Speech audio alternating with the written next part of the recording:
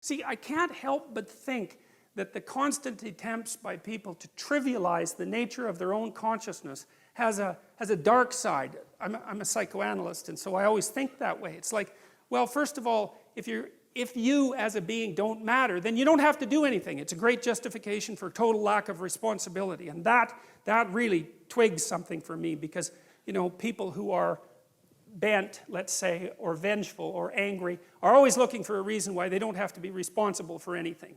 Plus it's a lot easier. And so the notion that consciousness is trivial immediately allows you to wander down that path.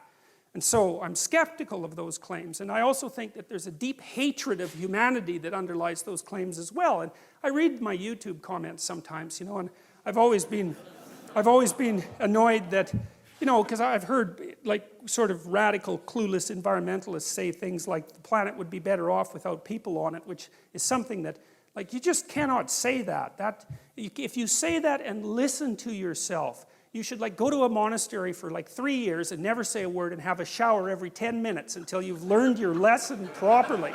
You know, you can't utter a more genocidal phrase than that, you know, and of course you always do it in a display of your care for the world. It's like, well, if we just didn't have any people, it's like, well, we'll just line them all up and shoot them with machine guns.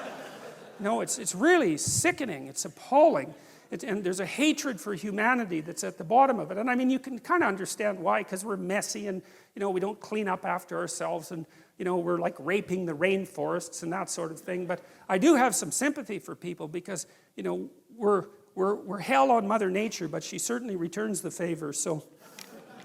And that's a good thing to remember, you know, a lot of what we're doing is just bloody well trying to exist with a relative minimum of pain.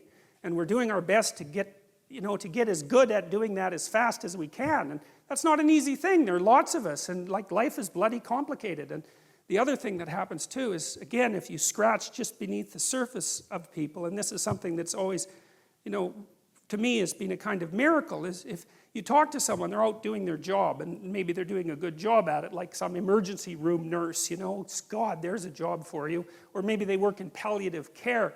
You know, and you talk to them and you find out they've got like 4, as I said before, serious problems in their family, and maybe they're diabetic to boot, and yet they haul themselves out of bed in the morning and go take care of dying people. It's like, good God, people deserve a bit of respect for struggling forward and not always trying to make the planet a worse place when they're beset on all sides constantly by, you know, an unending series of tragedy. You'd think we could have a little bit of sympathy for ourselves as a consequence of that.